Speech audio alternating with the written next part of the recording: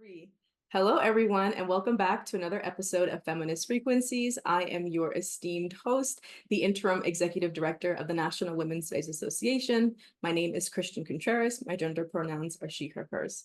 I am very privileged and excited to be joined with a cadre of incredible authors, educators, disruptors, and contributors to the focal point of today's conversation, which is the second volume of Rethinking Women's and Gender Studies, which was published this past November in 2023. Before we dive deep with the dolphins in rich feminist conversation, I do want to share with you the purpose of Feminist Frequencies, which is our conversation space brought to you by the association. And we're aiming to sit between that sweet spot between learning environments and community spaces. I want you to think about Feminist Frequencies as our very own third space for feminists. We're leaving abstraction at the door and talking tangibly about what it takes to live and breathe feminisms, while we're anchored in this new volume of work that is sorely needed and inspires curiosity about what it means to teach and embody feminist education and revolutionships. I do want us to think about the ways that all of our contributors and guests are very real people who face a myriad of challenges in offering what I think is a foundational text for how we imagine new feminist worlds. That's my long introduction, and I want to turn it over to our association president for a quick introduction and hello. Her name is Dr. Heidi R. Lewis. The R is very important, as she reminds me in every communication. But Heidi, feel free to jump on in and say hello. Hi, everybody. Thanks for tuning in. Thank you to our esteemed guests. Special thanks to Doctors Catherine Orr and Ann Braithwaite for putting together this critical volume that gives us the occasion to think carefully about our field, which is always important to us, but that is especially important right now for reasons that I think our viewership understands. I was so inspired by the first edition, the first volume rather, of Rethinking Women's and Gender Studies, and I will never forget running to Catherine. I can't remember which NWSA it was. It may have been Atlanta, and just gushing up. Was it Puerto Rico? Yeah, yes, it was. And just really expressing my deep appreciation and admiration for the first volume that I still read, that I still teach, that I still elevate to the extent possible. So it was a tremendous honor and a privilege to be able to participate in this particular volume. So I'm just thankful to be here and thankful that you all are here with us. And with that, I'll pass it back to Christian, who's going to kick it off with our very first prompt for our dear esteemed editors. I love a good, esteemed, venerable, any kind of powerful adjective, which I think aptly describes both the co-editors of the second volume, but many of the contributors, arguably all, and some of whom are joining us today for the conversation. And I want to make a note that you'll be able to read and explore everyone's bio and a bit about their work beyond this volume and what they've captured in their chapters. Most people here, arguably again all, have a CV that's longer than a CVS receipt. And so rather than go through everyone's biography, I want to make a note to check the description below. But I do want to take time to introduce, just by name, again, our co-editors of the second volume of this text, Dr. Catherine M. Orr, Dr. Ann Braithwaite, and of course, contributors including, again, Dr. Heidi R. Lewis, Dr. Sonia Thomas, Dr. David A. Rubin, Dr. Agatha Bynes, Dr. Michael Eng, a lot of doctors, regular people doing all feminist work. And so just to kick it off, I'd love to prioritize or at least invite you to anchor the conversation, Catherine and Ann, if I may. What prompted you to publish not just the first volume, but the second? And in thinking about how these two texts are in conversation with one another and so many other important canonical pieces of feminist literature, how the second volume is both alike and different from the first. And I think the fun part about this conversation is anchoring joy. How was this process both a joyful one, despite any challenges that arise in curating a 30-chapter volume? You want to start, Ann? You want me to start? I'll just say very quickly, so just before we started this podcast, Catherine and I spent some time trying to remind ourselves of some various things. And it became a kind of lovely nostalgia trip in some ways, right? I mean, we've been doing this since, I mean, the first Rethinking came out in 2012, right? So, and obviously the process started a few years before that. So it's been, I can't even do the math, 15 plus years of now 3 books together, some articles, a gazillion conference presentations, etc. So it's been like a really sort of fruitful, lovely intellectual friendship, and friendship well beyond the intellectual also. But I'll let Catherine sort of start by, you know, where, like how the first book, we don't want to get sort of mired in too many details, but that was our nostalgia trip, was remembering all those details. Well, one of the details with the first one was that Anne and I were doing very similar projects along with Diane Lichtenstein, who was a colleague of mine. And there became this moment when we were sort of finishing each other's thoughts, and we were both said, oh, well, I'm writing a book, or we're writing a book. And, you know, do we do it together, or are we going to be in competition with each other here?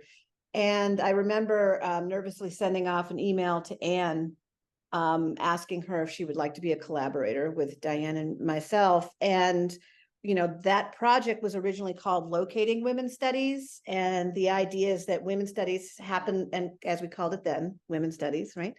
It happened very differently in different locations for different purposes, and different folks brought things to the project.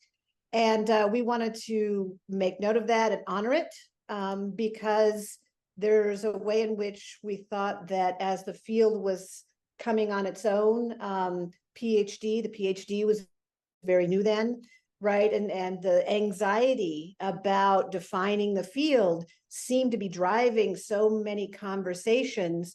And there were ways in which those conversations about what the field was were kind of problematic for us, right? And so we were sort of identifying the same things. We had a similar cohort. I mean, if we're talking about the early or the sort of overall project, this project has always been a meta critique. It's always been about privileging self-reflection, and ways in which the ironies about the terms that we mobilize are also undermined by the way that they get put into practice, or the way we talk about them in the field. So it's that sort of ironic piece, the metacritical piece, that's always been sort of central to the project. And if I could add to that, and you know, Catherine and I could talk forever, so stop us at some point, but that, like, I'm always fascinated by citational politics, right? And every field, discipline, whatever you want to call it, is a set of citational practices. That's not necessarily a brand new idea, right? But so the arguments that we're making in the 2 volumes, and all of the authors have joined in making with us, is one that I think every field should be doing, right? But this is a field that has highlighted this, at least for us and all of you here.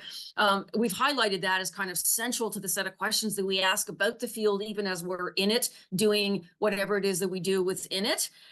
But the you know, so many, like, I don't know, I don't even want to mention another field, because that's just going to be I'm not going to do that.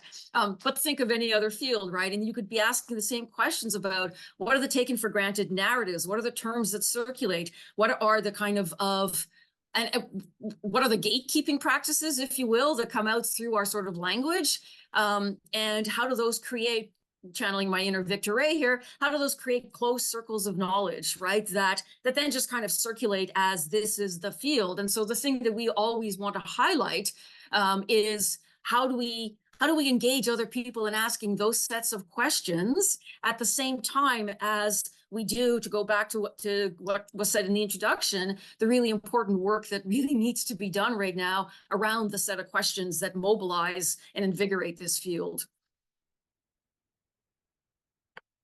There's so much nodding. That was great. Thank you. The nodding is great.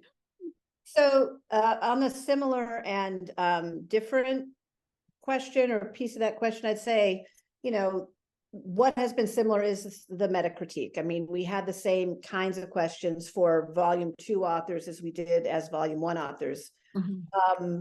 And I guess there's some things that are different, though, that we decided to do differently. With the first volume, it was our cohort. It was people we knew, or people who knew people, right? And we were all mid-career. We were all somehow affiliated with some department or program that was called Women's Studies or Women's and Gender Studies, and either hanging out at NWSA and or what was then the Canadian Women's Studies Association, which is now RWGS. No, No. it's changed its name Yeah, twice. right. Now it's Women's Gender and Social Justice. They changed its name a few months ago. No. I was talking about the conference in Canada. So we were all associated with either NWSA, or we met at WGSRF, which is the Women's and Gender Studies Research Feminist. But now it is called what? Women, Gender and Social Justice Association. Yeah. Okay. Yeah. So many name changes. Yeah, we got rid of the French. And so there's some things that are different. So that first volume was really about a cohort of folks who hung together at conferences and had conversations outside of, the conference rooms and inside and, during presentations. The difference with this volume is that we put out a call for proposals. So a lot of folks we did not know, right? And a lot of times folks came from programs that were other than those labeled women's and gender studies or feminist studies or something like that. This volume also included everyone from graduate students to provosts, right? So there was a way in which the net got thrown a lot wider, which gave the project a lot more, well, not a lot more, but a different kind of vibe and a different kind of vitality when things we didn't even consider were submitted to us. And like, oh my gosh, I never thought about that term as something to be unpacked. The time span, I think, was different. When we published the first volume, it was pretty much ready to go. All we had to do is cut every chapter down to 6,000 words, which was a challenge for some of us. And that got published very quickly.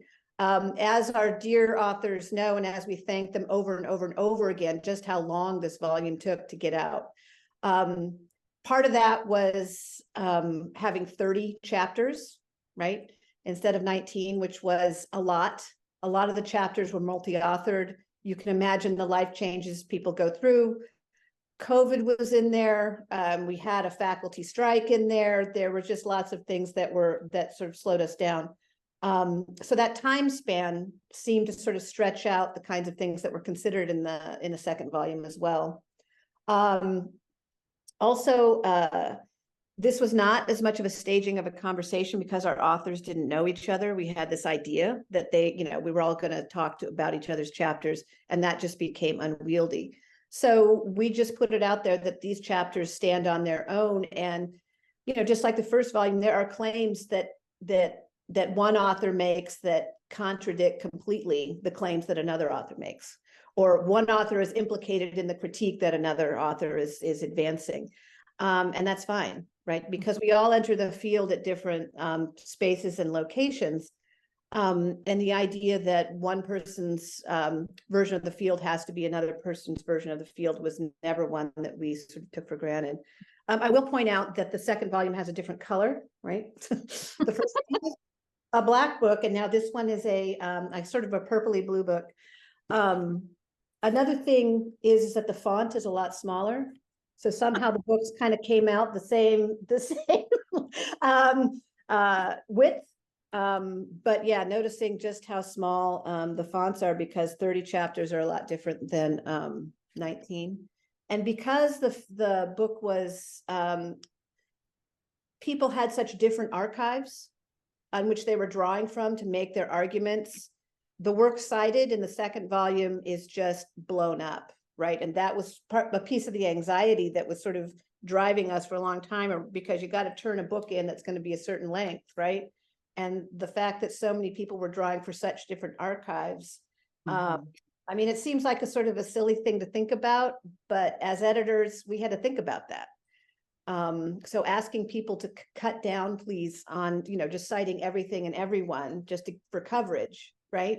Could you please just cite what you absolutely need to cite in order to make your argument? And our lovely authors, you know, followed us every time in those requests, maybe a little begrudgingly sometimes, but we asked a lot of our authors.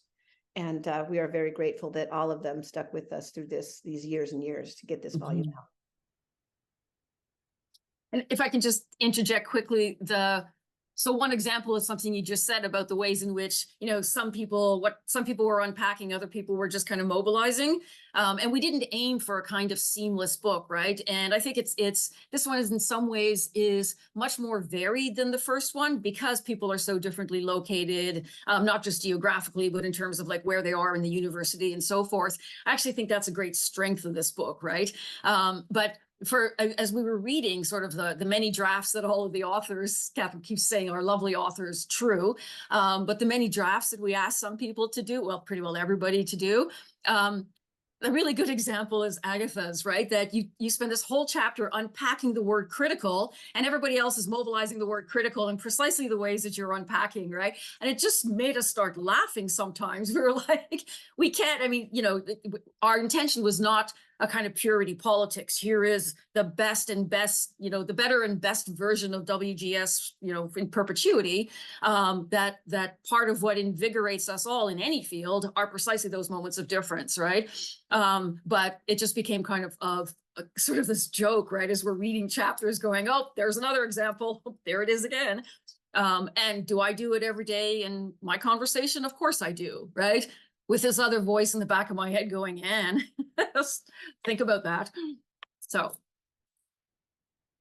Thank you both for answering my 81 layered question on grounding our conversation. And I do appreciate the distinctions between how the volume and the project itself has grown. Especially because as a more recent PhD, I think about the season right now of dissertation defenses, which is always beautiful to be on the Zoom and you're like crying, you're like, oh my God, and cheering on your colleagues and your friends. But it makes me think back to all those on-campus events and even discussions where we have no idea what anyone is saying anything. I think that at least in my particular experience, my cohort and my friends and I would be like, do you know what epistemology is, friend? Do you know? Because Wikipedia is not cutting it, friend, right? And moving through, you know, the socialization of the academy is to sit in, for example, an NWSA plenary, and you are writing your notes and you go, yes, I concur. Not knowing a single thing in terms of what folks are actually saying. And I share that not necessarily to debase the work that we do, but to pay attention to the need that is always there, to be particular with what we mean, that identity is contingent upon language. Our conversations have a shared vocabulary, but they mean different things. And at least in engaging in this volume as both a student and as a lifelong learner, it is exciting to put Dr.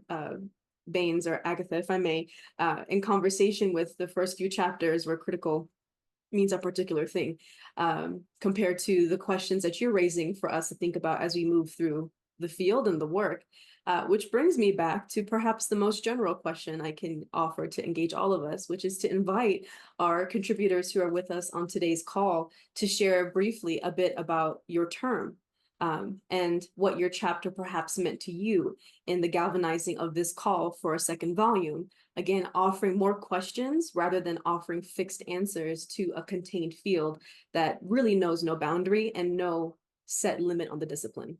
So should the spirit move you, you want to volunteer as tribute first and popcorn, I empower you, but I also could do it alphabetically. But we believe in empowerment here in NWSA. So if the spirit moves you, please feel free to unmute and take us on the journey.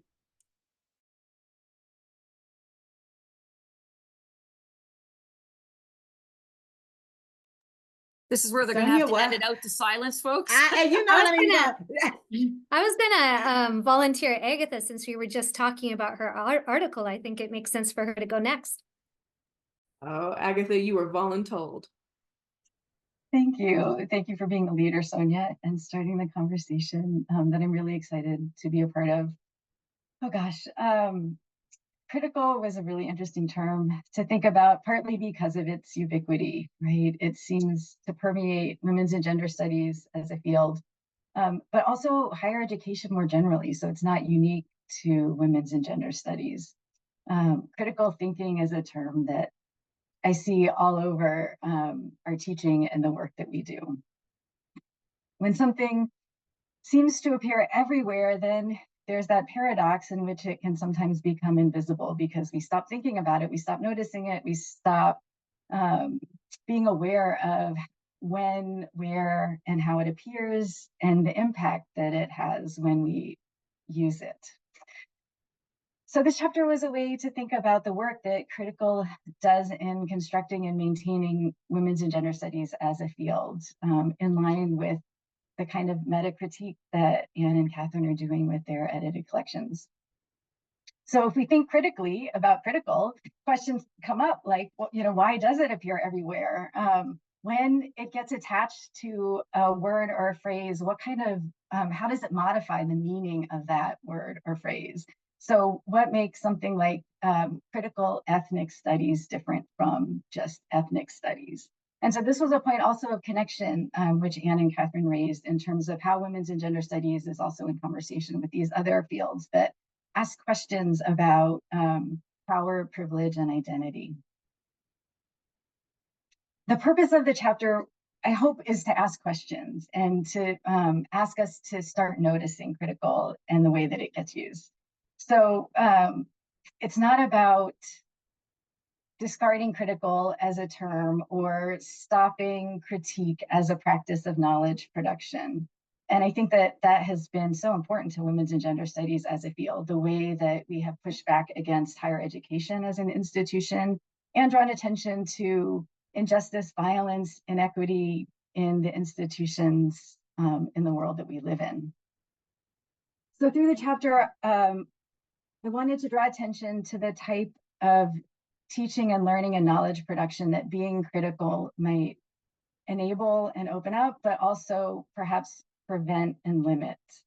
So this makes me think about the work that we're trying to do in higher ed, both to transform higher ed as an institution and transform the world around us. So if Critical is so pervasive that it has become almost a kind of status quo of teaching and learning, it made me think about the other kinds of institutional norms that we might be reproducing when we engage Critical as a form of knowledge production. So with this in mind, I really want to open up space to consider Critical as a kind of tool for thinking and for being political alongside of other ways of knowing and other kinds of tools. So I would like to think about opening up Critical to think about being critical differently. So if there's sort of a standard way of understanding what Critical is, maybe we can expand that and give Critical more nuance and richness.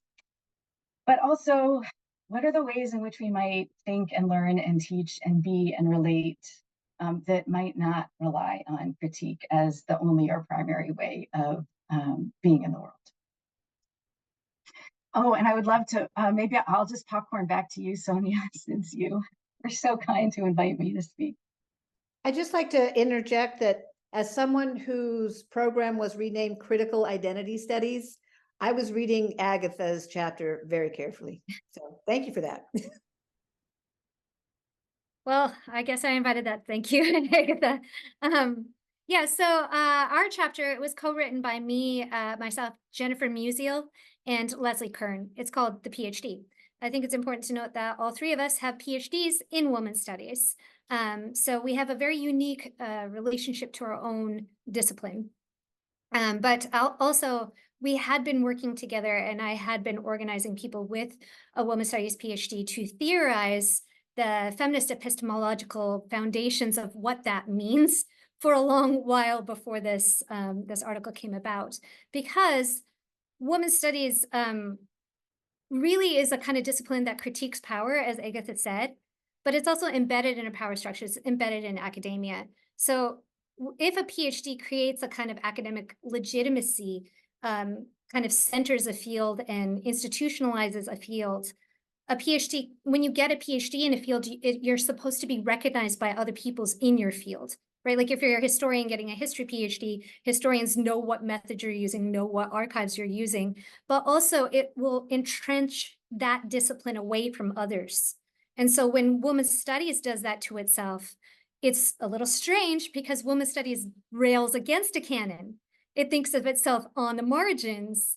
It thinks of itself as valuing activism above an institution. So does creating a sort of expertise or entrenching a discipline shut out in ways? So PhD holders and feminists outside the discipline who contribute to the field, to contribute to the discipline, maybe getting a PhD in anthropology or English, have located a number of kind of effective attachments to the PhD, both like skeptical of what it can do and also maybe hopeful. So you have like things that come up of love for the discipline, but also anxiety about what the PhD does, hope in the PhD, or maybe PhD holders might feel a betrayal from their own discipline when they get a PhD in women's studies and aren't getting jobs. Those jobs might be going to people with a traditional discipline who have a feminist focus, or maybe a pride in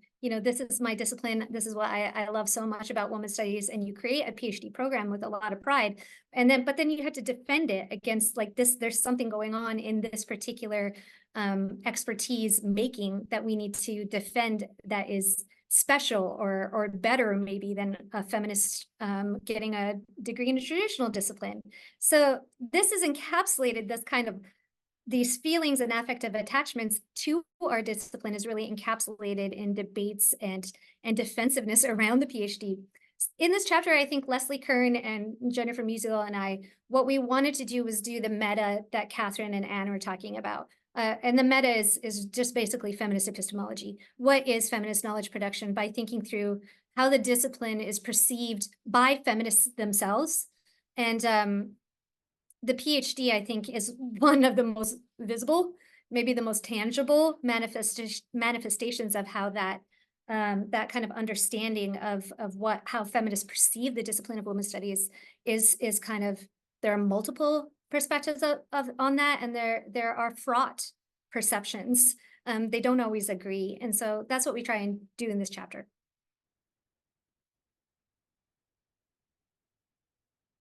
Oh, I'm going to kick it to Michael.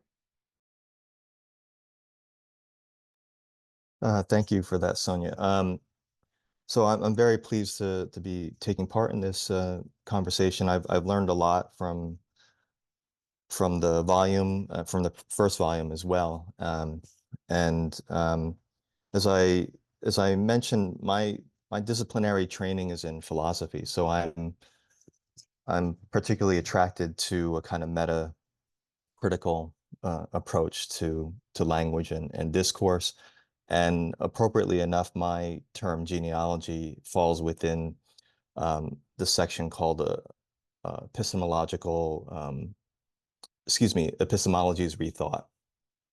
So from my training, I understand the term epistemology to have to do with the structures that make knowledge possible. So sometimes when a term like epistemology is used, it's used to talk about theories of knowledge. But from a philosophical standpoint, it's really about like what are the conditions that make knowledge possible in the first place. And so I was interested and still am in how genealogy has worked to make a certain kind of knowledge within WGS possible, and what that looks like, and as others have been saying, what it also forecloses in terms of what can be known. So genealogy, as I've been observing, and I start with an anecdote from a graduate feminist theory course that I co-taught, where genealogy showed up in a kind of striking way, used as a kind of self-evident term, as if everyone knew what that was supposed to be, and then also used in a way that suggested that there were better epistemologies and other, better genealogies and other genealogies, and that the whole point of doing work in feminist thought was to be genealogical in the first place. So that really, raised a lot of alarm bells for me. This was unfolding in a graduate seminar, and I it's one of those moments when you're teaching and you're wondering what is it are we doing?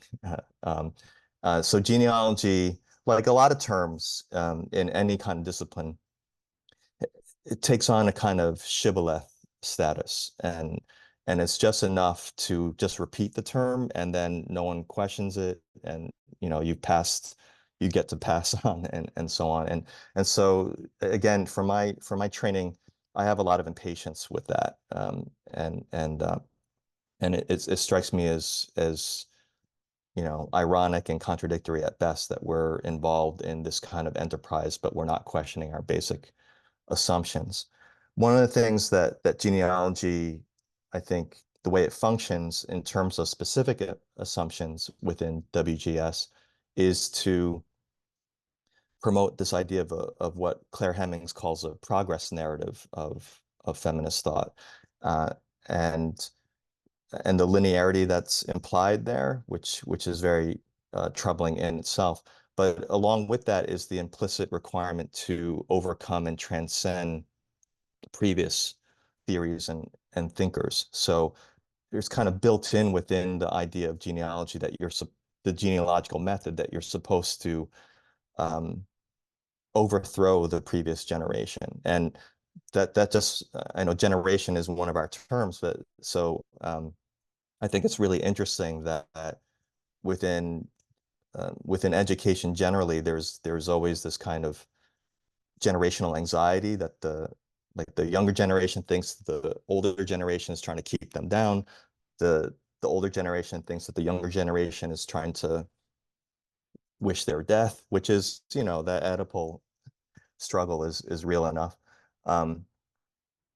So, but what's interesting to me about genealogy is that it kind of hides all those anxieties and motivations, or cloaks them in a way that doesn't address them.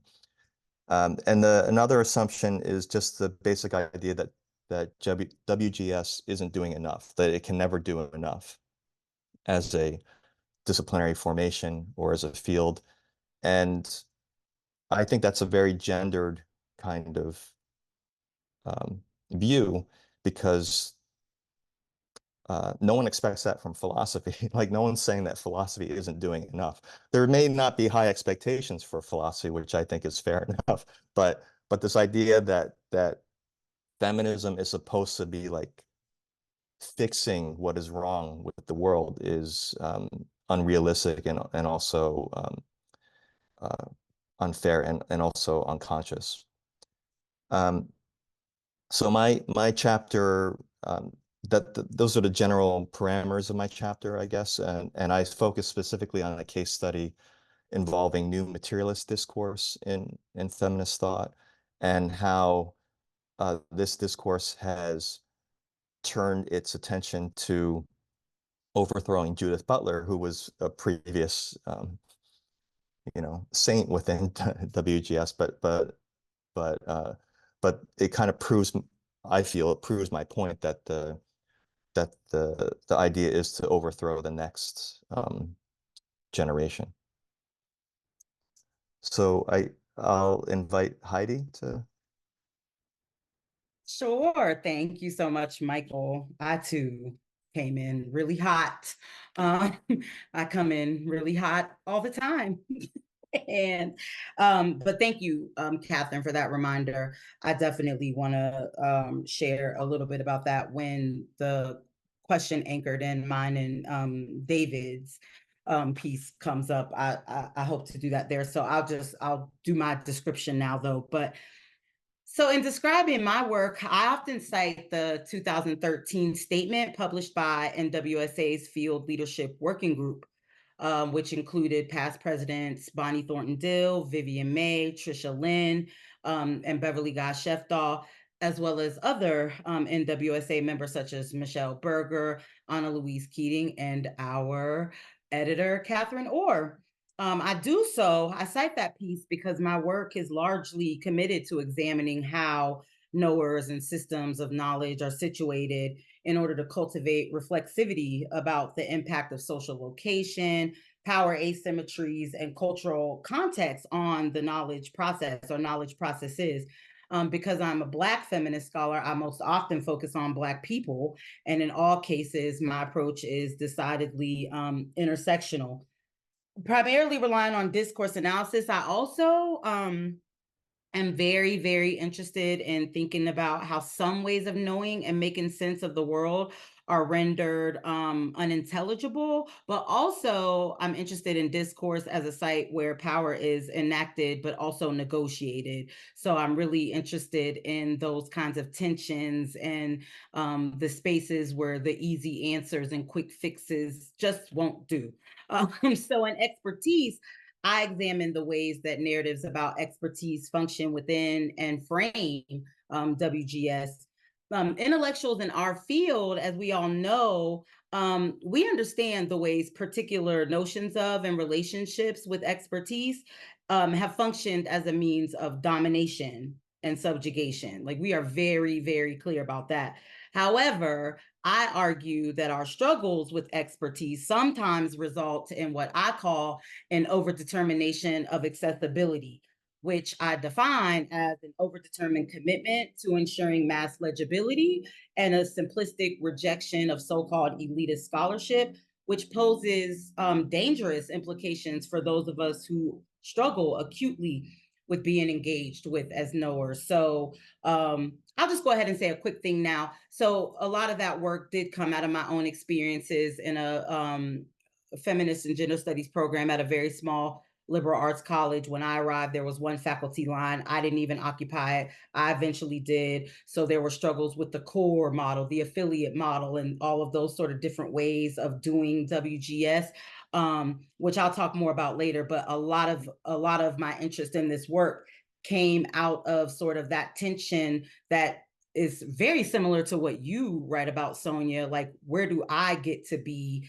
as the faculty member in the then program, without sort of diminishing the significance of the affiliate, of the core, but wanting to sort of be seen as a particular kind of knower. So that's what I was up to, and I'll talk more about that later. But for now, I'll pass it to Dr. David and intersect. Thank you, Dr. Lewis. Of course. And I'm so excited to be a part of the dialogue today. So wonderful to be here. My chapter is on the term intersex, and I think it really resonates with Michael's comments about the need to trouble progress narratives, and then Catherine's earlier comment about the ironies of inhabiting WGS and our discipline more broadly, the ways in which sometimes the truth claims our discipline makes enact some of the very same problems we critique. And so I'll briefly share the story I use as an intro to my chapter, if that's okay. So when I was a grad student in women's and gender studies, as it was then called in the early 2000s, I worked as a teaching assistant for a professor who included a unit on intersex, transgender, and gender diversity in their Intro to WGS course. And while today such inclusion may seem unremarkable to our current, especially grad, but even undergrad students, at the time it was really relatively rare. Back then, intersex and trans studies were nascent, newly emerging subfields, largely considered to be special topics. And I use that term purposely because literally that's the course number they often get. Today, by contrast, as I said, many of the undergraduates and especially grad students who enroll in my courses arrive already having some, if not substantial, familiarity with intersex and especially trans issues. So for me, for reasons at once personal, political, and professional, words cannot adequately capture the feeling, the affective attachment I developed in relation to being a TA for a course where intersex and trans lives and perspectives were finally included in the intro to the discipline. At the time, it felt as if this course, and by extension, WGS more broadly, was making good on the promise of inclusion signified by the expansion of what Robin Weigman famously calls the field imaginary, to include people whose body minds and/or identifications exceeded, troubled, or otherwise failed to comfortably fit the binary law of the land. That is, as Kate Bornstein would call them, the gender outlaws. So that moment of early-ish intersex and trans inclusion in WGS felt to me extraordinary. It felt as if I had become part of something maybe potentially radical, or as if we could make a difference in the world by teaching both others and ourselves how to critically rethink assumptions about body minds and how they variously come to matter. And so my chapter explores the term intersex and how it is taught in women's and gender studies today, focusing in particular on the ways in which, instead of being included in the discipline as co-travelers and co-creators of WGS knowledges, the field often treats intersex people like a exception, or as kind of exceptional bodies. And so what I call intersex exceptionalism postulates that the Western medicalization of intersex people is an exceptional instance of violating sex gender regulation, and thereby it disconnects it from the much longer history of the creation of these categories, which involved racialized and deeply racist systems and processes, including chattel slavery, but not only limited to that, settler colonialism, racial capitalism, and so on. And so my chapter is trying to argue that intersex exceptionalism has serious but under-interrogated implications for how WGS students and scholars think and teach not only about intersex, but also about the broader history of gender, race, and other interconnected and intersectional categories of difference, and the politics of the production of knowledge more broadly. And finally, I'll just add by saying, or I'll end by saying, forgive me, we'll have to edit that out if we can, if not, no words. Intersex exceptionalism is especially problematic because it reproduces the notion that, quote, minus a few exceptions, the system works just fine. And that's from Angela Willey in 2016. Thanks. Thank you so much, David, and everyone else for giving us a snapshot of how your chapters answer the call for what Volume 2 offers its readers and folks interested in using a text to trouble all of the things that each of you have named. As a reader of the volume, I did not contribute. I gloriously get to thumb through my electronic copy. But what I love about the experience of reading through the 30 chapters and the conversations that happen, it feels almost like we're dancing through footnotes. That's the term that I use, where I'm reading one person's chapter and I want to go backwards, and I'm like, but now I want to look at volume 2 because what did Alison Pipmeyer say about this very same question? And then trying to have all of the voices in my mind in conversation with one another. And I think this is best captured in the cover itself. Oh, can't really see with the glare with my ebook. I'm an ebook girl. This patchworking and this remaking and this collaborative effort, and it almost feels again that each of you, whether or not you worked on your individual chapters collaboratively or as solo authors, you're speaking to one another and stitching together a new fabric, or maybe what's the word I'm looking for? Repurposed fabric. In the way that we always have in the field. WGSS, in essence, is what we would consider a newer discipline, given the establishment of the very first program. But we know that the tenets and the utility of what it means to do feminist work has existed far beyond academic walls and all other spaces. And so I share these next invitations around the questions to everyone. So if the spirit again moves you, I invite you to unmute and share your thoughts. But in picking up where you left us, David, I'm thinking about your piece where you acknowledge and intersect that the ways Standpoint approaches function as, quote, a powerful challenge to the hegemony of positivist epistemologies, but asks us to consider the ways they also sometimes, quote, support reductive and essentialist identitarianisms, such as the idea that an experience of oppression automatically equals a critical consciousness of that oppression, or the notion that only people who have experienced a particular oppression can pursue activism or research about that form of oppression, which then had my mind jumping forward to Heidi's chapter on expertise, almost as if you two were just on a two-way call, which I think is a regular phone call. So a regular phone call, excuse me, where she writes in her piece, quote, I do not claim to understand the experiences of Black people or even Black women better than Black people without academic credentials. Rather, it means I have studied and continue to study Black feminisms extensively enough to be an expert in the ways that framework yields particular but myriad ways of thinking and knowing. And so I want to offer those two quotes again in conversation with one another, but even more so throughout every single page, electronic or physical, of the second volume, and invite you all to think about how these tensions arise not only in the work presented, but in how we're utilizing this text to push forward, again, new questions and other conversations as it attends to the needs of our field, especially given the increasing attacks and defunding of WGSS departments, programs, initiatives, and the utility or validity, rather, of even what a WGSS degree can offer any person who is curious enough to take a course. Dr. Lewis, I'd love to hear what you have to say about this. I'd love to hear what everyone has to say about this. I really appreciate the opportunity to think through that because it's a struggle for me, actually. And I think my positions, plural, on this tension have changed a lot over the past 5 years, 6 years, 2 days. It really is a struggle for me. So since I wrote Expertise, I have sort of shifted from referring to myself as an expert and more and focus more on centering my quote unquote areas of specialization, if you will. I have icky feelings about expertise that I write about, right? Even though I want what I've always understood to be my own to be respected.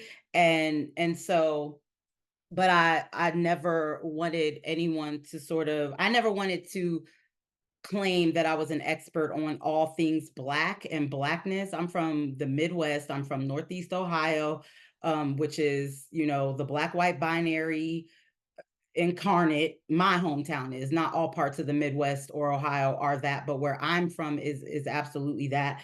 I didn't start traveling until later in life. And so, Blackness is way too expansive for me to claim expertise in, but I've just wanted for so long to be seen as someone who knows feminist theory, who knows WGS scholarship, and who knows Black feminist theory in ways that a lot of people don't, which isn't predicated on my professional credentials.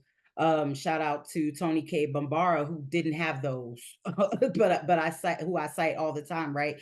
And so that's the tension for me, is like, I want to be seen as a knower so badly, and not only am I a Black woman, but I'm a particular kind of Black woman. I'm a very hip hop generation Black girl. I've got tattoos all over me. I talk like a rapper. I wish I was a rapper instead of an academic. I curse a lot. You know what I mean? So there's so many ways in which my way of being is antithetical to what the academy has decided a knower looks like, feels like, sounds like, that I spent a lot of my career sort of insisting, like, I know things.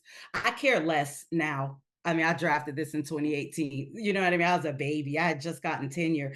But I do want to hear others' thoughts about David's point as well, because it resonates. It touches me that the way that you talk about standpoint, and so much of that resonates with me. And I admittedly do struggle with the ways that I've seen both things, right? Where there's this insistence that one must belong to the group in order to study the group and fight on behalf of the group, and also this struggle that I'm seeing where a lot of people that are getting jobs in Black women's studies and Black feminism are neither Black nor women. So for me, it's like, what just happened here? So I love that our pieces are put in conversation, because I don't have a hard stance on either, but I think that tension is worth it for us. And that's what I'll say, because there's so many people here. I would love to be touched by your thoughts on these things as well, David and others.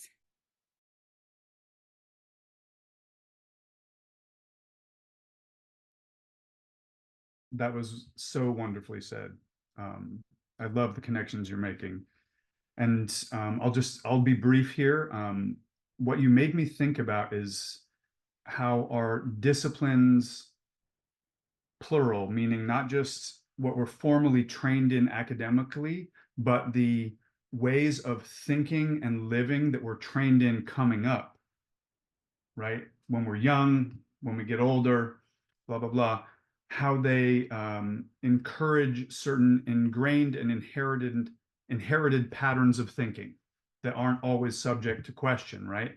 So one thing I always think about as a teacher and continuing student of WGSS is how do our grammars of thought shape what questions we can ask and what questions we can't ask?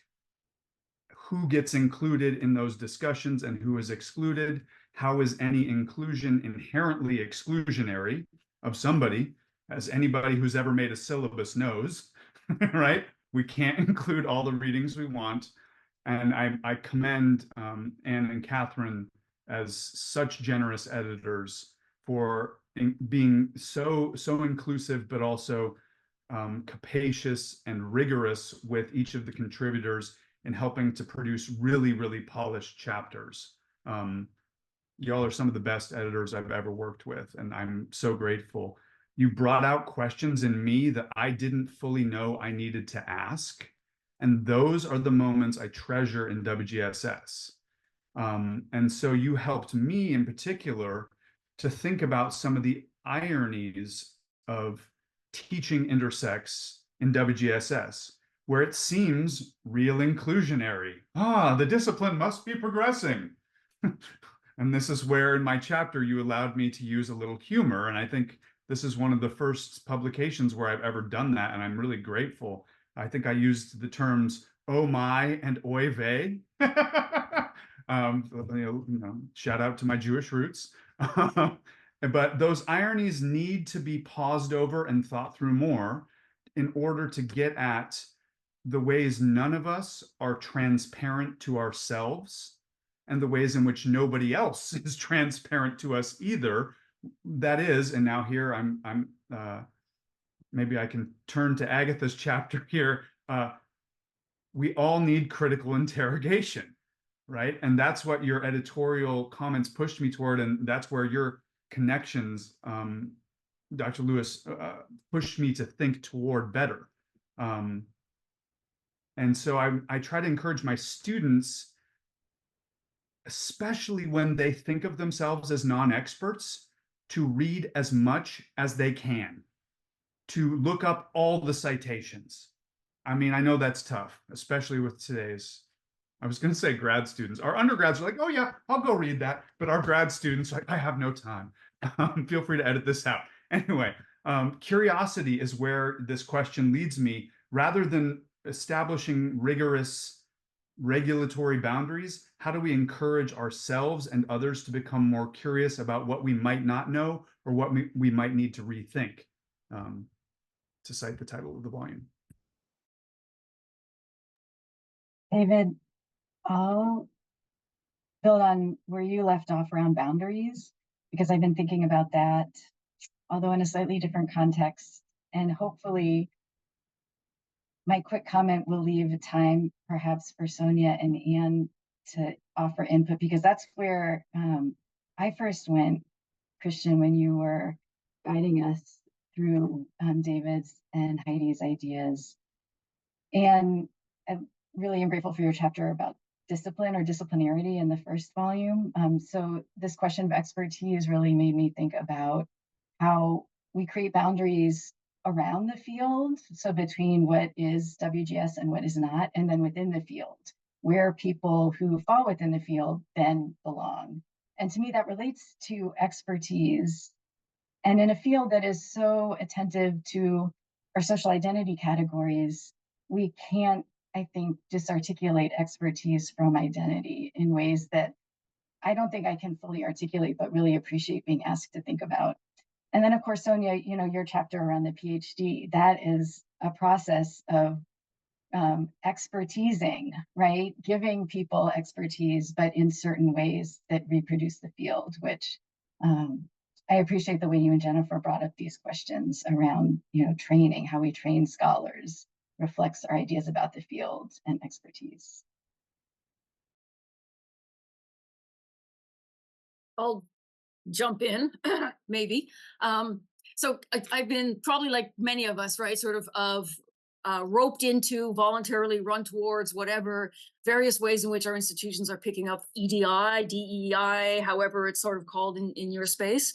And the kind of these tensions that people are talking about, how they're getting sort of concretized in so many of these policies and practices, right? And so I think about, and I think it picks up something that well, everyone has been saying, right? So this is a field in which we play out and highlight and identify, I think, the tensions between embodiments, intellectual kind of languages and perceptions, and institutional arrangements and locations, right?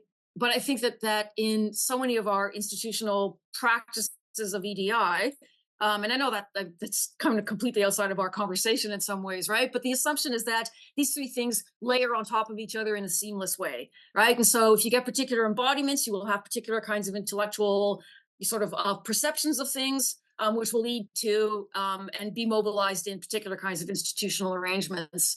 And those conflict and conflate all the time, right? So an institution wants to diversify its faculty, and then assume that faculty comes with all kinds of knowledge that we need, says the institution. Will put you on every committee, and then you'll leave 4 years later because you're exhausted, and because no one else is paying attention, and all those kinds of questions. So I really like this question when I read it, because it really started maybe kind of go back to this set of thinking that I've been doing about how do I talk to my institution and its sort of, policies, to say that sometimes the thing you're doing is not solving the problem you think it's solving, right? In fact, what you're doing is kind of just perpetuating the exclusions you mentioned, David, but also kind of exploiting people. Not kind of, you're completely exploiting people. So, but what I love about this field and the comments people were just making is the way in which, and I think it was so highlighted in your chapter, Heidi, was precisely that kind of, and then in your comments today, precisely that question of how do we hold in tension the necessity to include on syllabi, right, lots of different kinds of voices, and yet not assume that those voices are necessarily doing the work of speaking for everyone, because that's the thing. The discipline, the field is also challenging, right? Is that sort of notion of knowledge is neutral and universal and situated over there somewhere. So, anyways, that was about 18 thoughts, probably inarticulately stitched together, but I do love the metaphor stitching. I use stitching all the time, so I love that you said it earlier, Christian. Yeah. And I really appreciate that, Anne, because interestingly enough, it wasn't until you started speaking that I thought David's quote that the question is, the prompt is at least anchored in part, reminds me of an old saying that we have in our communities, which is all skin folk and kinfolk. So we, for the long, it's like everybody, otherwise, who is Clarence Thomas? He should be a radical revolutionary, right? So you know what I mean? I think these are the kinds of questions, to your point, David, that I think that it's critically important for us to ask those questions in pointed ways about the field, right? And what we're doing in the so-called field. Like, we may understand that out in the world, all queer people aren't necessarily radical in whatever ways we imagine that. But in the field, I do see us struggling at times to take a more nuanced approach to the relationships between our identity and our identities in politics. We could talk about this forever, and I do hope that we keep up the stitching of the prompts and the responses.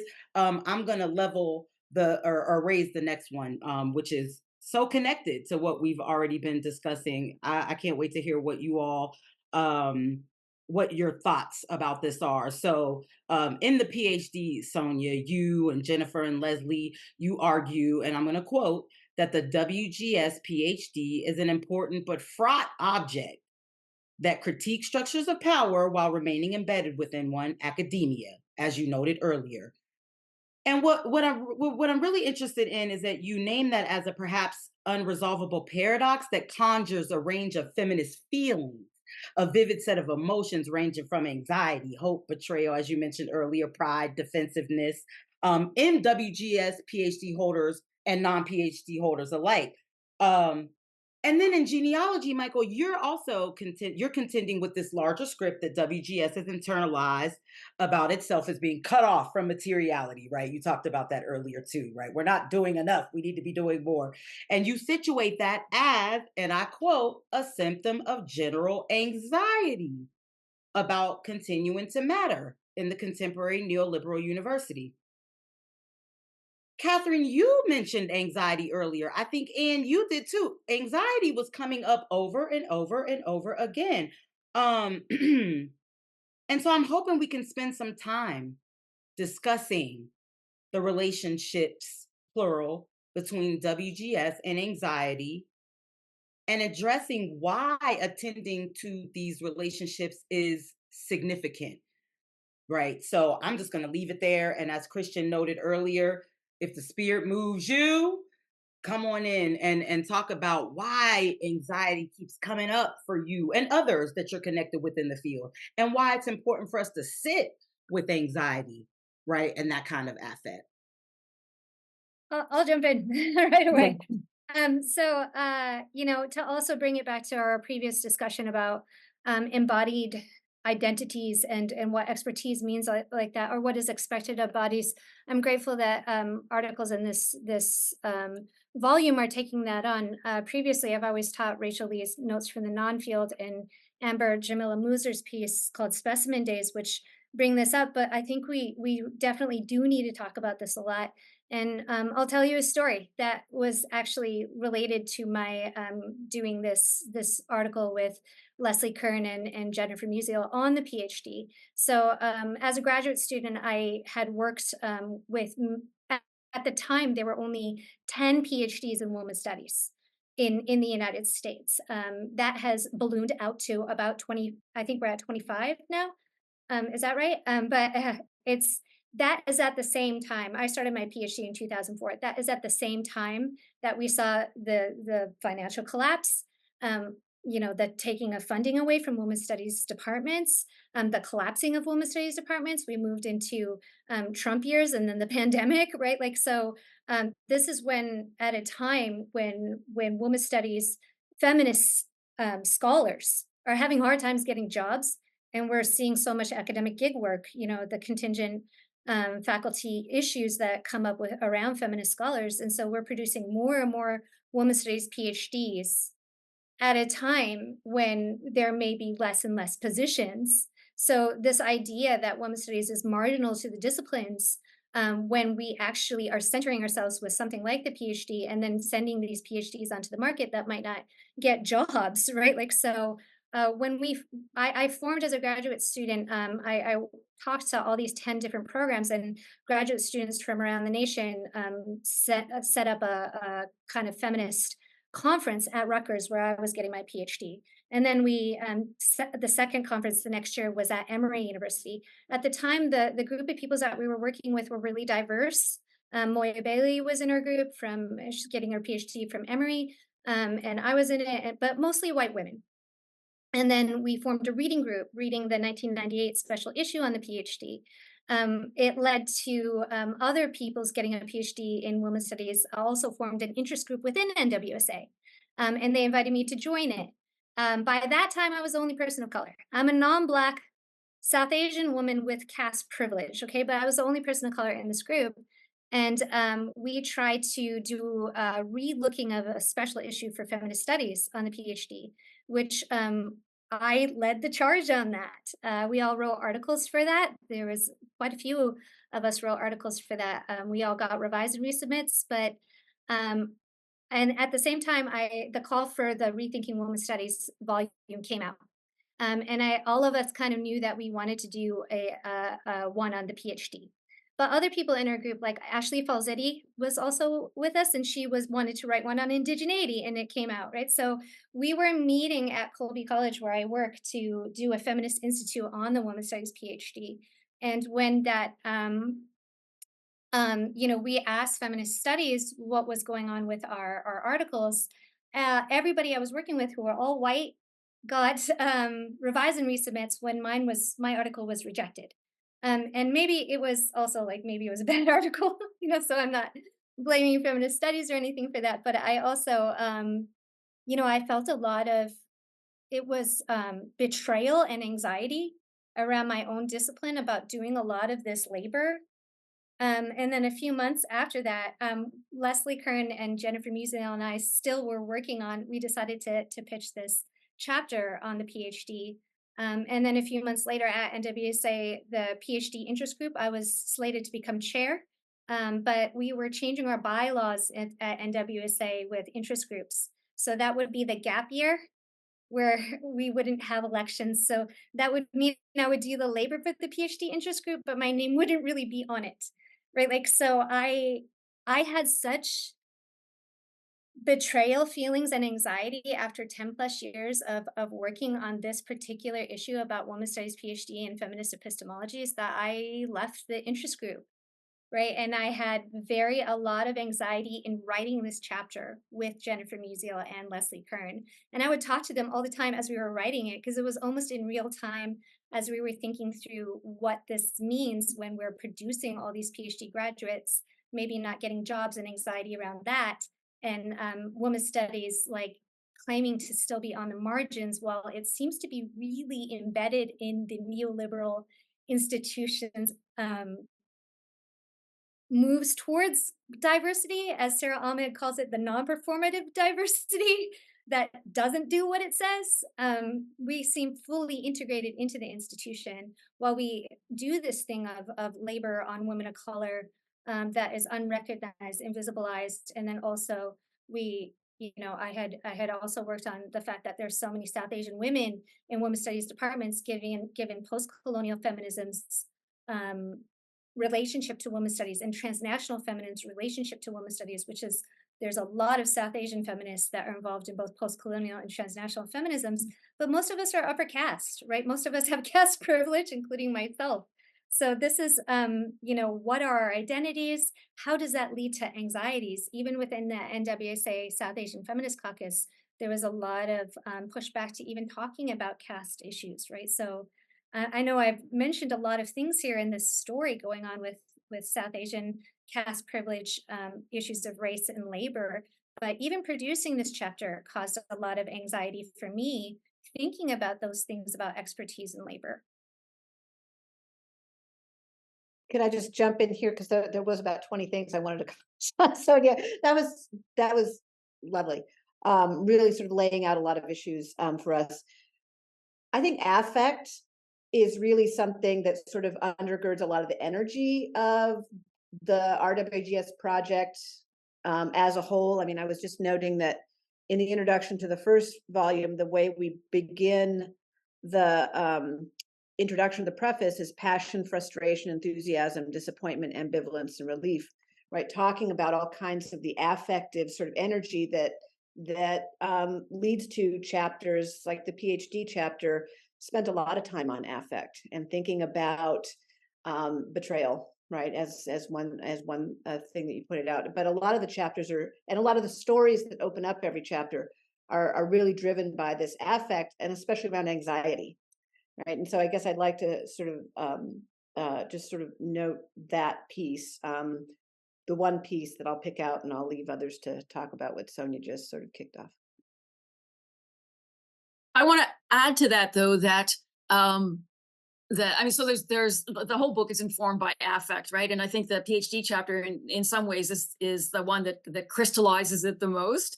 But the affect isn't just anxiety, right? There's love everywhere too. And the most kind of crystallized in Carlin Crowley's piece, right, on branding, where she says, "Let me tell you a love story," etc. And we have to say that one of the reviewers of the book, I have no idea who, right? We don't know who the reviewers were, but just took great exception to the whole sort of language, well, the whole notion of branding, no matter what this branding was, it was like giving into the neoliberal university, et cetera, right? So, okay, put that aside, but I think I just want to really emphasize too the love, right? That if this is a field, well, I would assume, I would hope that everybody identifies in some ways through some kind of affective relationship that is not only negative to whatever their field is, right? And yet we all have colleagues where we wonder about that often, I think. So, but I just want to hold that one up too, right? That even in our conversation here today, I think there's even in our conversation here today, I think there's a lot of like the attachment is not just an attachment sort of about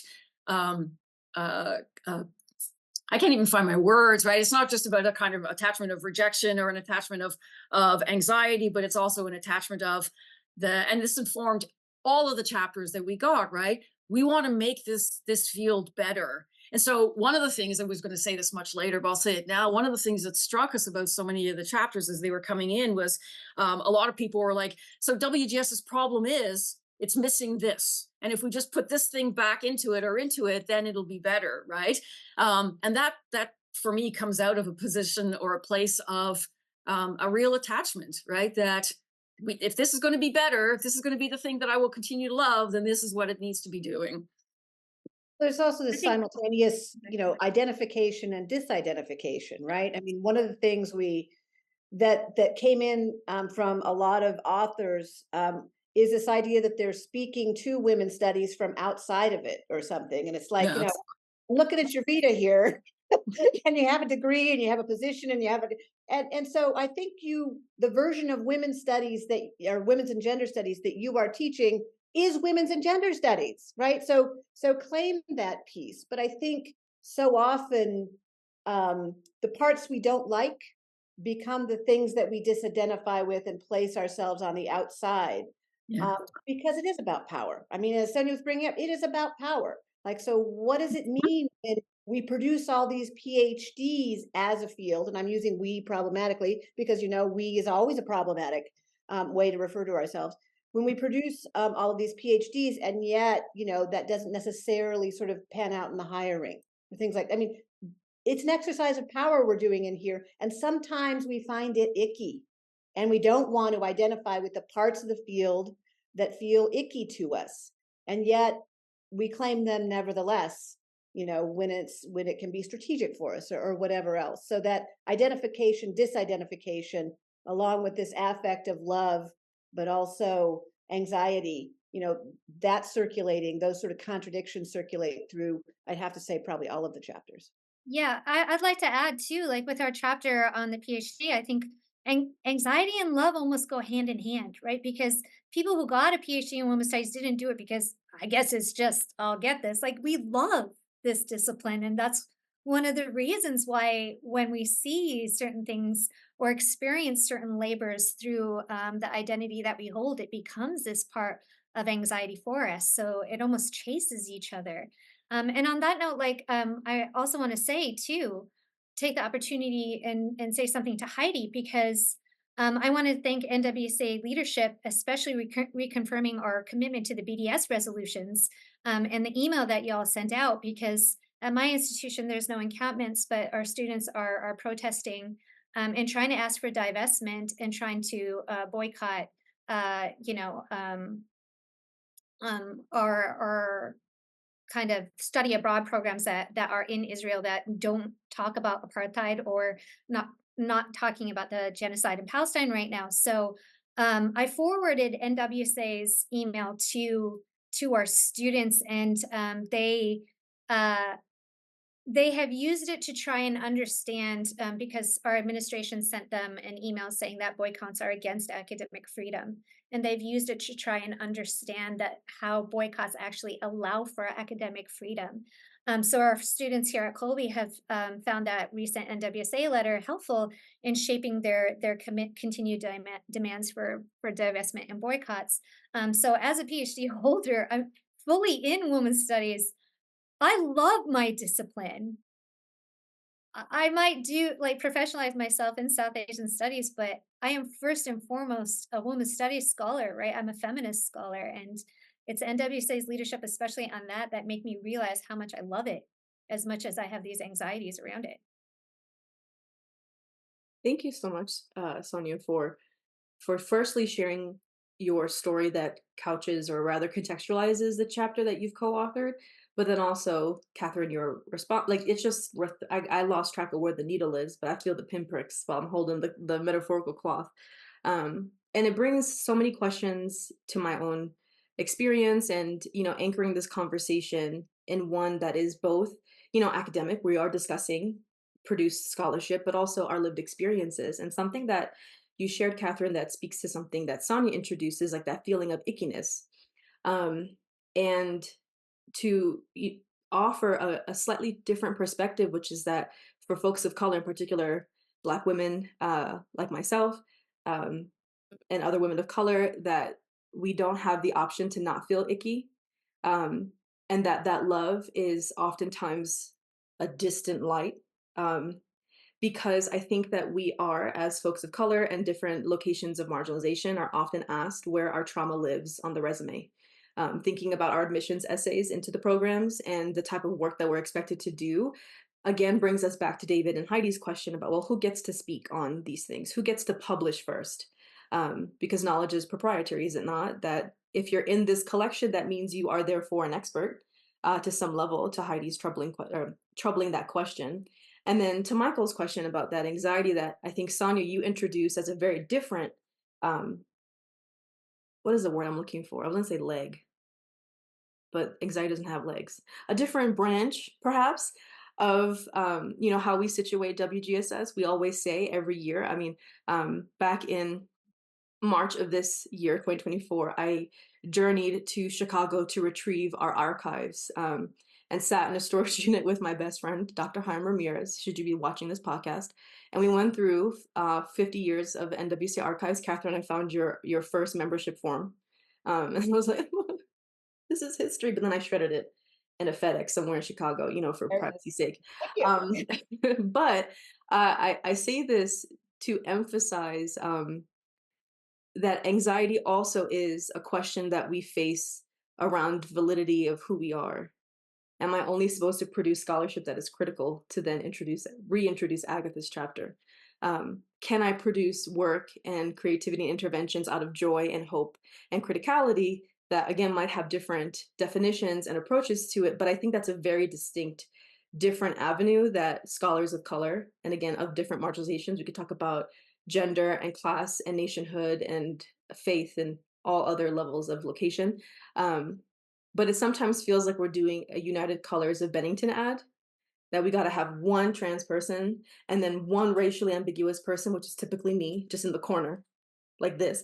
And then, one person who is not necessarily anchored in WGSS, but I share all this because I think it again begs the question that you introduce, Agatha, around criticality. That is again a call to the question of terminology and the tenets of WGSS research work and activism that we uphold. And so I want to bring us back to a piece of your chapter, Agatha, in hopes that everyone else might feel so inclined to dip your figurative toes in the water of this discussion chain. In Critical, Agatha, you're suggesting that we might seek some refuge in Critical because it opens space for you to be in, but not of the institution. Again, referencing, Sonia, your critique in the sharing of your story as well, especially because of the ways critique has become associated with the form of speaking truth to power, authority, and injustice. While you aim to rethink critical praxis, you also note that it makes sense to attach revolutionary hope to critical and to use critique as a tool to chip away at institutional regimes. And so my question, that really was a question co-authored with Dr. Heidi over here, Dr. Heidi R. Lewis, making sure the middle initial is there. How would you describe the utility and reach of troubling critical, and specifically naming action, which is how we interpreted revolutionary hope, and how we make sense of or even respond to this current climate that we're experiencing, not only as it is focused on the field of women and gender studies and sexuality studies, but in higher education as a whole, kind of taking us back to what both Catherine and Anne named around the umbrella of diversity, equity, and inclusion work, and how, again, to our first question around David and see, it's just a big old thick thread stitching together with your chapters, respectively, Heidi and David, around who gets positioned to be the expert, who gets positioned to have the one singular trustworthy voice on some of these challenging issues. So a lot that I've just named in my 19-layered question, but simply put, to have us maybe sit in the nuance of critical and moving into a revolutionary hope that feels more action-oriented.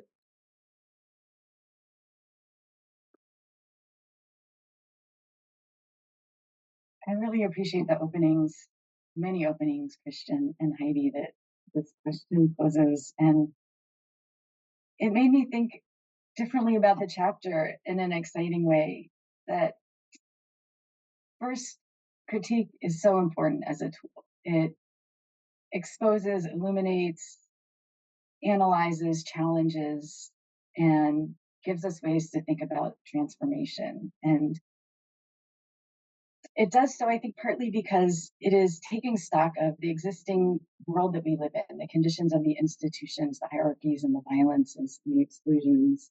And it brings them to light and does so in ways that allow us to think about the way power functions within these institutions and how we might make them more just. In this way, then, I think critique is very much about kind of being attentive to the past and the present, right? What is going on in the present? And how is the present a kind of accumulation of these layers of history? And to me, your question is so important because hope, I think, is about the future in many ways. It's about shifting the orientation, perhaps, from the past and the present to thinking about what could become. What are we are hopeful for something, something that isn't yet possible or doesn't yet exist. And so I would love for critical to be a tool for that. I'm not sure I've been trained, though, to use critical in that way. And so that is making me think again about how we can perhaps expand what critique is, if we want to try to rehabilitate or enrich critique, but maybe we don't. I think that one thing I really appreciate about WGS as a field is it's the questions it asks about how we know what we know, and the ways it makes space for forms of knowing that don't fit within the kind of narrow confines of what we're taught within higher ed, counts as knowing. So, how can we use what we dream about, like literally dream about? How can we engage with, the knowledge in our body that might not be as articulable in language or in a 5-paragraph essay, to think differently about both the present moment, but also the future.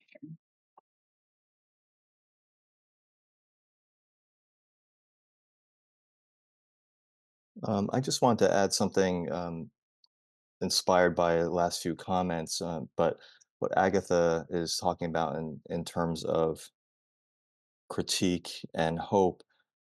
I think, my experience is it's not just in a WGS situation, but also when I teach in philosophy, feminist philosophy, for example, is that undergraduates now have internalized a script, in a kind of critical script, and what they're instead of actually engaging with material, what they automatically do is say that something is not intersectional enough, or say that something is um, like Beauvoir, for example, is too white feminist, and it's like these are anachronistic kind of knee jerk um, reactions, and it appears, I think, I can't put myself in the minds of students, but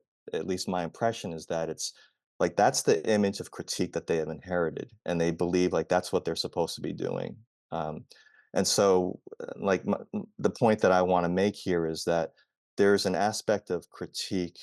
What I think I would try to call it some kind of more, I think, I don't like this word, but a kind of more authentic kind of critical approach, which is a kind of charity. Like in order to be to actually encounter difference as difference, one has to practice a kind of charity, a critical charity. Critique. I think what students have inherited, and that means that we have helped to circulate this idea somehow, is that critique is simply cutting. And it doesn't matter if it's a scalpel or a butcher knife, but like that's what they're supposed to do and perform their chosenness or their exceptionality before the neoliberal university. And that's part of what I mean by the neoliberal university, where everyone is supposed to be special and exceptional.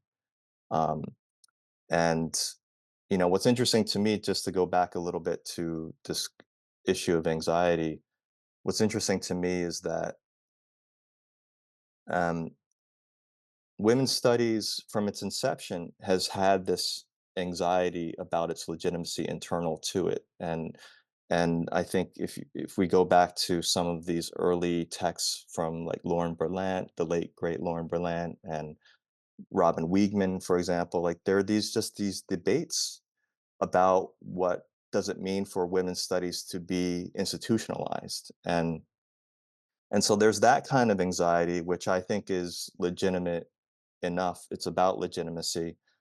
But I think that there's a different kind of anxiety that's not being acknowledged, which is this idea that um,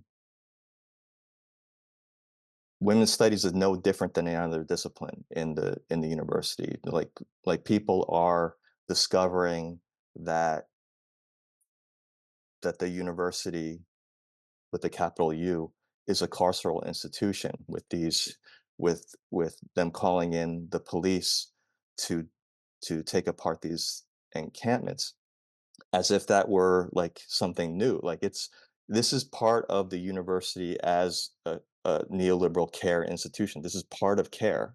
The care within neoliberalism is about consumption, and what these students, the protesters, have done wrong is consume incorrectly, or they have they have dared to criticize the consumption that makes their consumption possible, or their status as customers possible. And so like I think that there's anxiety, but then there's a kind of anxiety that's not really being taken in, which is that um, that women's studies, WGS, GWS, however, whatever letters or however you want to order it, is complicit in this in this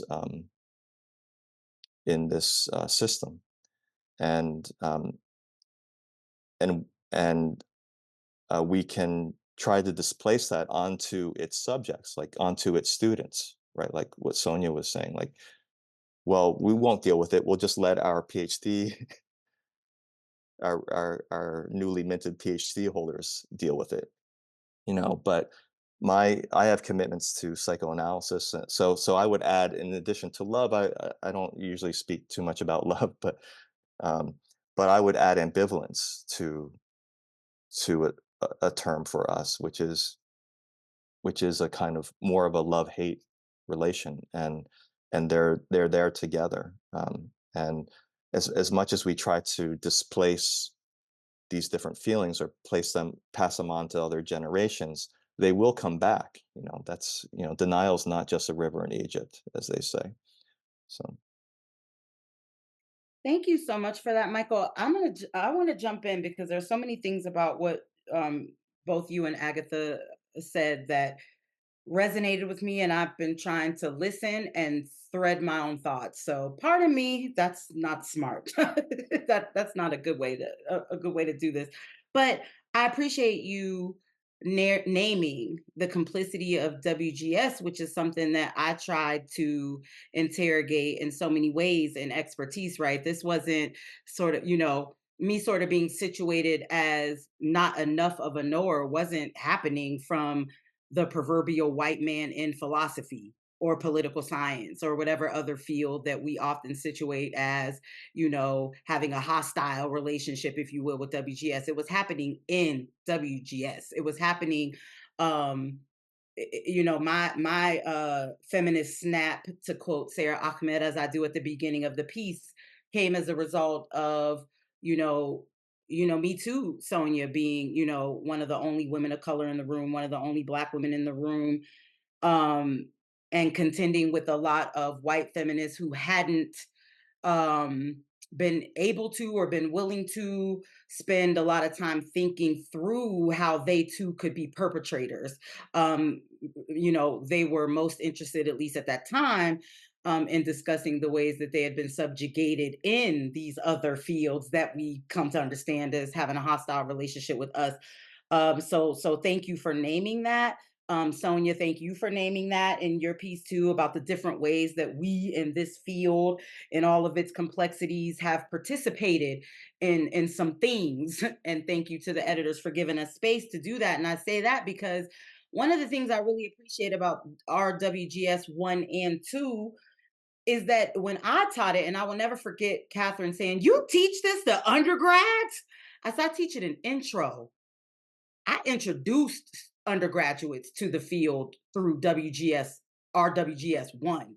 And I'm going to do that again one day soon, because it was some of the best, in my opinion, experiences that I've ever had with undergraduate students, because they got an opportunity to do that kind of precise work that you are acknowledging is maybe lacking a little bit, Michael. And I am too. Like I tell my students, is it just the white supremacist, capitalist, ableist patriarch? I mean, I like to know the difference between when I'm resisting, right? I appreciate knowing the difference between the white person who simply thinks they're better than me and the one who will, trigger warning, put a bullet in my head to prove it.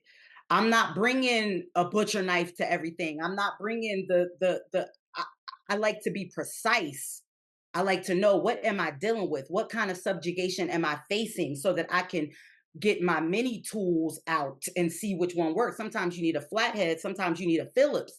And I think some of the ways that we've gotten lost in the rhetoric of WGS has resulted in students not attending to the precise ways that we study and think about and resist oppression. And in our WGS 1 and 2, I think if nothing else, they give us the occasion to return to the precision that I find to be so critical to the field. Wink, wink, critical. And I say that because, you know, I agree with you, Michael. I'm glad you said that. These students didn't become this way on their own. They learned it by watching somebody. They learned it by watching somebody. And when I have students who struggle to differentiate between colonialism and imperialism, but use both interchangeably, willy-nilly, that gives me cause for concern. And I think RWGS gives us the occasion to not provide an answer. This is necessarily what intersectionality is. This is what expertise is. This is what, but to ask each other to sit with how we understand critical, how were we taught what critical is or isn't, how we're, and so I just wanted to comment on a couple of those things before leaving it open. But I'll say Robin Kelly, a long time ago, Robin Kelly told us, if we only know what to knock down, we are not going to spend enough time knowing what to build with. And this is what I think is this conversation that we're having right now is bringing me back to. Like, we're trying to build, we're trying to think through, ask questions, interrogate. And I think the work that this book does is that work. That is the generative work that I think is essential to what we do, whether the stakes are as high as we think they are or not. Rest in peace, Allison Meyer, for asking us to think about the stakes of this work we do. And David, you touched on that too. So that's it for me on that. But you just gave me so much electricity, Michael and Agatha. You lit me up. I was trying to be quiet.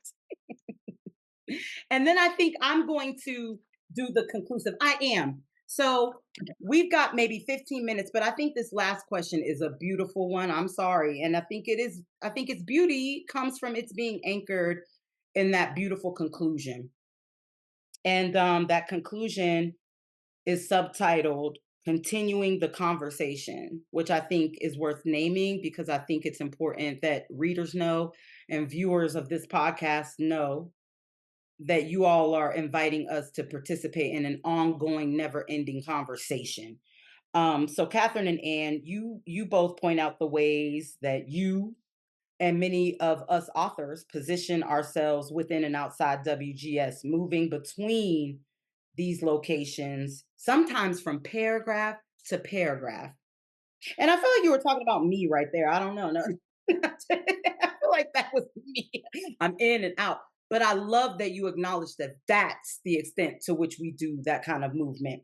Yet you powerfully suggest that readers see that not as a tension that needs to be solved, but as a generative moment for the field. So to conclude, I'd like us all, in some way or another, to discuss the following questions that Catherine and Anne pose for the sake of potentiality, possibility.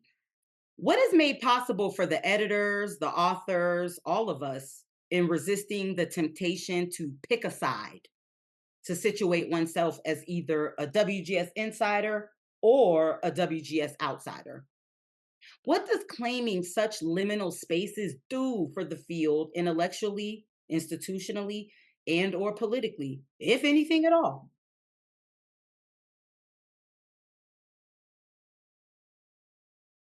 So thank you for including the title of the conclusion, you all, because the last thing we want is the last word, or to act like anyone has the last word, or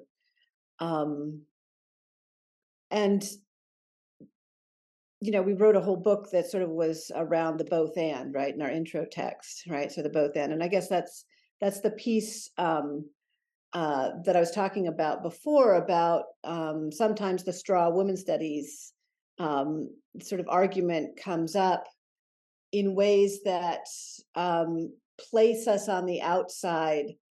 And I think embedded in that is sometimes our own desires for purity, sometimes our own desires to be right instead of in relation. Sometimes the ways in which as Michael put it so well, I mean, we have been taught, right? I mean, I just think about all those grad seminars, and it was like the Hunger Games or something like this. And, when the idea that we have to be right or have the best argument or have the most supersessionist narrative, and did anyone consider this in the room, kind of thing. And that kind of impetus is the thing that women's and gender studies has allowed me to critique, right? That self-reflective moment is what we're asking for when we say, continue the conversation. Because there are things that we haven't even dreamed of or thought of that folks reading this book or will come up with as a way to say, but did you think about? And to do that in a generous and affirming and kind of loving way, rather than the sort of competitive way, I guess is what we were trying to get at there. We wrote this book in such hard times, right? I mean, some of our authors didn't even make it to the end, right? Rest in peace, Amy. And so we've really tried often to sort of like bring ourselves back to the why are we doing this? We know our passion for this field, right? And sometimes we can get really negative about it. So we wanted to create space for all of that. I don't know. So the conclusion when we say continuing the conversation is to allow others to sort of take it up and hopefully, I don't know, rethink things that we're thinking. So I'll just leave it there. I'll just add, so thanks, Catherine. That captured I have so many notes here that I kind of want to just talk about, right? And again, I mean, it's not going to be 2 hours by the end of this, right? But we could make it go 5 hours easily. One of the things that I've loved about the last 2 hours is like we've done versions of this at conferences, right? Where everybody comes with their 5-minute spiel and they give their 5-minute spiel. But I don't know that I've had a long conversation about this project in the ways that we've just had it with other people, whether involved in it or not, in terms of direct sort of writing involvement, except for, Catherine and Diane for the first volume. And so this has been amazing to listen to how you all have been sort of processing and thinking and making connections and stitching and what's being stitched together in ways that times I've been listening going, wow, that's cool. Yeah. So that kind of incredibly sort of a generative, right? Sort of discussions that's just been for me incredibly powerful. And I guess what it's done is continue to reaffirm for me all the time the joy, right? To go back to that. But also, we're always against purity politics, right? To quote Alexis Shotwell, that we're always embedded in the institutions within which, no, we're always critiquing the institutions within which we're also embedded. And so how do we perpetuate that which we're also kind of challenging, right? And that's the meta moment, right? I mean, Carlin Crowley always says the meta, the better, which I just love. And so I'll just say that forever. But how to sort of always keep ourselves and each other on our toes enough in that kind of continuing the conversation way, so that we're thinking about what are we perpetuating as we challenge, right? Never assuming that there's a position purely outside, because we're always embedded in, and implicated and imbricated in all of the relations that we're also challenging. As people were talking before, and I think it was Michael, when you were talking about the university as a carceral institution, et cetera, and I just kept hearing Mariam Kaba in my head, right? I mean, hope is a discipline, hope is a discipline. And I just kind of want to throw that out there, right? That it's not just this kind of like, I don't know, fantasy sort of thing, but it's work. Yeah, that's it. Everyone else, tell us your joy. Tell us your work. I'm gonna be a professor. David, we haven't heard from you in a while. Oh my gosh, how can I follow those amazing responses from Anne and Catherine? Okay, this is impromptu, so give me a break if it doesn't land. But I'll say one thing that being part of this volume gave me, and that it will give hopefully to some of my students, though I don't often teach my own work, but I'll teach other essays from this book, is trying to think about how to get to what Ashton Crawley calls otherwise possibilities, right? And it's not an easy thing, and that's a word that's easy to fetishize, and it's a word I've used in some of my previous scholarship, but it's a word I continue not to let go of, because I've seen glimmers of how social, political, economic, and intellectual relations can be different in movements of the last, not just 4 or 5 years, but 20 years. I mean, even back to the no WTO protests, but certainly to Occupy, and then of course to the protests for Black Lives Matter against the brutal murder of George Floyd, all the way into COVID organizing for disability justice now. And I know this is going to be public, so I really hope I don't get shit or fired from my department for saying this, but one thing I've had a big problem with in my own department is the ways in which feminist principles have not been consistent with disability justice organizing, not just including masking, but like, why can't we put more pressure on administrations for clean air? I was going to use an expletive there. And how do the current student protests teach us lessons about this? So many professors and students in my own department were so eager to return to normal, as if normal was ever good for anybody, especially marginalized people. What? No, it was never good, right? That's Audre Lorde's point about the mythical norm and how it tweaks all of our minds in such problematic ways, right? So this volume gives me opportunities to imagine those possibilities for trying to think differently, knowing that I need to learn to try to think differently if other possibilities are going to emerge. So I'm really grateful to Anne and Catherine and to you all for this discussion. Thank you.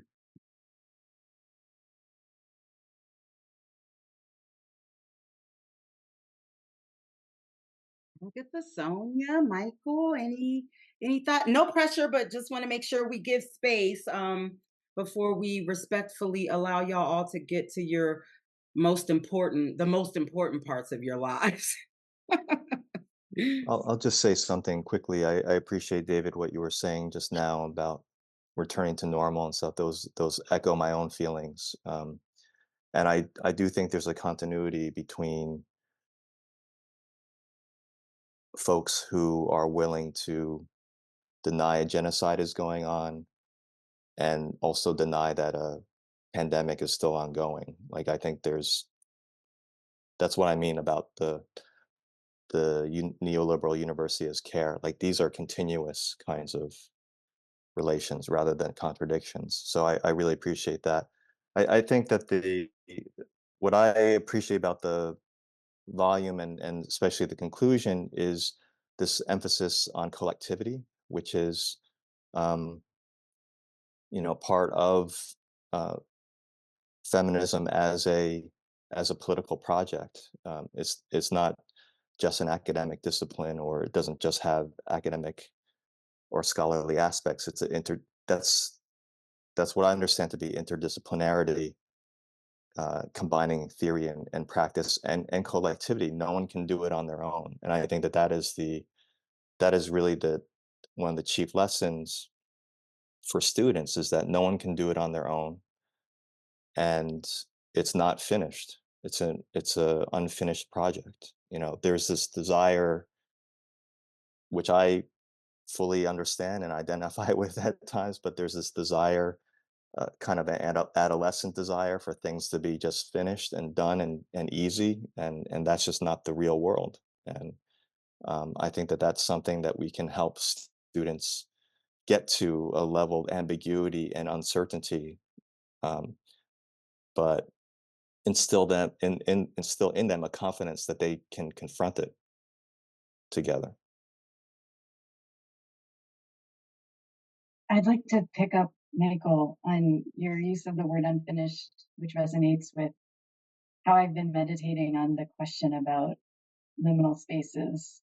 And for me, the narrative I created was around the way the book kind of refuses closure or fixity, right? And this goes back to Catherine and Anne, how you were introducing the book, letting the contradictions exist together and emerge and be in conversation. And so to me, that's a kind of liminal space. It says, this is not a product, but a process. And the other thing I want to add, thinking about liminality, is that sometimes I don't want liminality to become a no place, right? Sometimes I think the university can too easily say, anything where you add women is women's and gender studies, or, we don't need women's and gender studies if we have someone teaching like women in music or women in psychology, which I hope happens, but we also need the space of the field. And so this conversation is making me think about how your books, your collections, and these collections of voices both allow liminality to exist and the unfinishedness to exist, while also giving WGS a place, right? It says we are here, whoever we are, we exist. And to me, that is really powerful and important also. I want to just pick up on what Michael was saying as well, to just add that collaborative work. I mean, I know this is 30 articles in one book, and we can talk about collaboration there with the editing process. Anne and Catherine, you're wonderful throughout the entire place. But I co-wrote with Jennifer Musial and Leslie Kern. And they worked with me as I was feeling a lot of labor, as I was feeling a lot of betrayals and anxiety. And I was vowing to never work any kind of intellectual work on the PhD ever again after 10 plus years, right? So I don't think that we could have, I could have gone through without my co-writers on this. And, Jennifer couldn't be here today because her institution is having their graduation today. But she wrote me and said, I was committed to having more PhD voices in this collection, but also that I cite the Rethinking Women's Studies all the time, the first volume. And the idea that we would be contributing to a second volume, knowing that this would be picked up by women's studies departments all over the place, by feminist scholars all over the place, that it could be used as a document that would sit on our shelves and be referenced to think about that too, about like how each of the pieces in here that speak to each other. There's something collaboratively also about knowing how peoples in the field want to engage in these ways of thinking about what is being inside the field and what is also critiquing the field. And I think Anne and Catherine, you began with that by asking us, like, why do we do this in women's studies? There's something super pleasurable about doing this, I have to say, like this kind of constant reflection that we do, but also that it is almost unique to our discipline that we do this. And when we do it, we join a group of peoples who are collaboratively doing that all together. And that's wonderful to be a part of. No, I would say, Sonia, thank you for saying yes, because if you didn't say yes, there wouldn't be anything to put on the shelf. So thank you all for saying yes to the project. Oh my gosh, this has been such a dynamic, is I use that word all the time, but I truly mean dynamic conversation. And I think the purpose of hosting this space virtually on our corner of the internet as Feminist Frequencies is to find that sweet spot between what we would have at a conference or a formal workshop and then what happens in the hallways and the hotel rooms of a conference. To your note earlier, Anne, we don't always get to have extended conversation about how we come and arrive to the call and what the process looks like, and oftentimes what it can take or even give to us. As a reader of the volume, a student of volume 1, and arguably a student now, every time I have a thought, I'm like, I'm never going back to school. I'm like, maybe I should go back. I need a classroom space to have these conversations, which is perhaps also a selfish utility of Feminist Frequencies. But I share that because as a reader, I want to go back to something I mentioned earlier, which is that reading this volume and moving through each chapter in no particular order is like dancing through the footnotes. And I think the utility of what you all offer us is conversations that you are having with each other, perhaps unbeknownst to one another in your writing and editing process. Of course, Catherine and Anne, you're curating and co-editing this volume, but the offering, I think, is pause that so many of us don't always get to have or even allow ourselves to make time for. As a consumer of this collection, I was able to think, which perhaps sounds quite facetious to say, but is not often something I'm able to schedule in, like bathroom breaks and meals during the workday, or even the weekend. We're always thinking, because who we are as scholars, as activists, as artists and educators, and every other term that we can interplay here, is, we're all things all the time. We're not one thing at one time. And all of the questions that you pose are invitations to sit and think. And I think that is the biggest gift, especially as we consider what it means to grow in the association. I think that, again, I'm sitting in that storage unit when I'm going through 50 years of archives and I'm crying because I found the NWSA seal, or that it cost $25 to start NWSA in 1977, formally 1978 when we were incorporated on May 18th. Our birthday's coming up. But just sharing all of this to say thank you as a peer, but also as a reader, and also as someone who will revisit the same way I did Volume 1, going, this was fire. I got to figure out how to bring this back into the conference or bring this back into some of our website content. And that the gift I hope that you all are able to move forward with is that knowing that the chapter lives beyond you. It's never finished and is always an invitation for us to offer more. And if I had to tell my parents one more time what my WGSS career and scholarship offers me is more, that I'm able to have a more expansive life. I'm able to have more confidence and more passion and fire in demanding the space I am owed.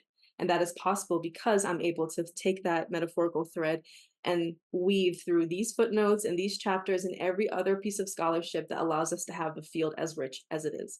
So I thank you so much for giving us your time and also your focus and energy in having this open conversation. And I hope that our viewers and readers and any person who's curious also feels galvanized by your call, not to produce the work, but to truly sit with it and marinate like a piece of tofu if you're vegan, chicken, salmon, I don't know if you're pescatarian, whatever protein, you marinate in it and feel nourished, because to me, that is the gift and the impetus for choosing to have the career and the degrees, whatever they are, that I'm able and privileged to have. So thank you so much again. And I hope that you all have a beautiful time amplifying this work and seeing it take its own shape and life past the published pages. Thank you, thank you. Oh, thank y'all. Thank you, thank you, thank you. Yeah.